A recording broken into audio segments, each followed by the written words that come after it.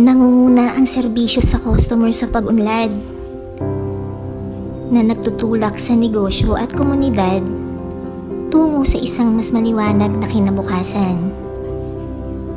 Ito ang katalista para sa pagbabago, pagpapatibay ng mga inklusibong koneksyon at pagsulong patungo sa paglago.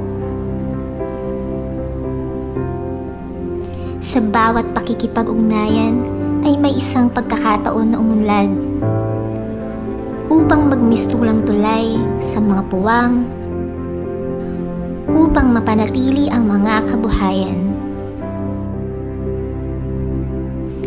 Ito ay hindi lamang tungkol sa serbisyo.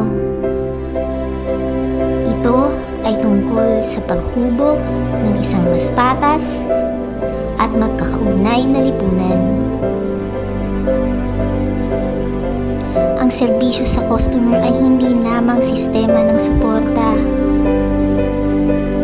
Ito ay isang naglalagablab na puwersa para sa pag-unlad.